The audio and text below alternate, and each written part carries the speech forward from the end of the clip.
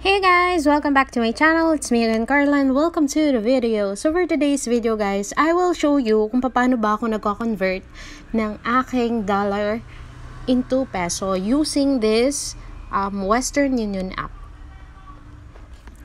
So ngayon, as you can see, yung aking Philippine wallet or yung peso wallet ko is wala siyang laman guys. Pero meron ako ditong 99.47 sa aking US dollar wallet. So what you will do is, para ma-convert nyo siya into peso and mawi-withdraw nyo na siya agad, go to buy and sell forex. So yan.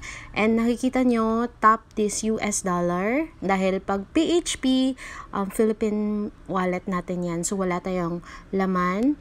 And punta tayo dito sa US dollar. So, ayan, meron tayong 99.47. So, i-convert natin siya lahat, guys.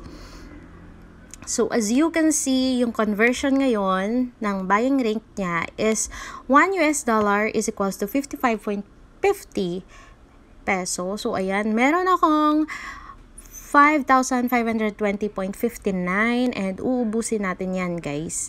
So, yung mangyayari niyan is yung amount na i-convert natin mapupunta siya sa ating peso wallet. So, yan. Just tap sell guys.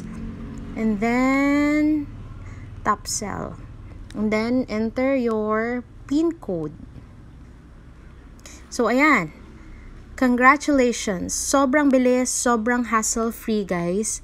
So, punta tayo balik sa dashboard. Ayan, 0 na yung ating dollar wallet. Punta tayo sa ating mobile wallet. So, ayan, meron na tayong pwedeng i-withdraw.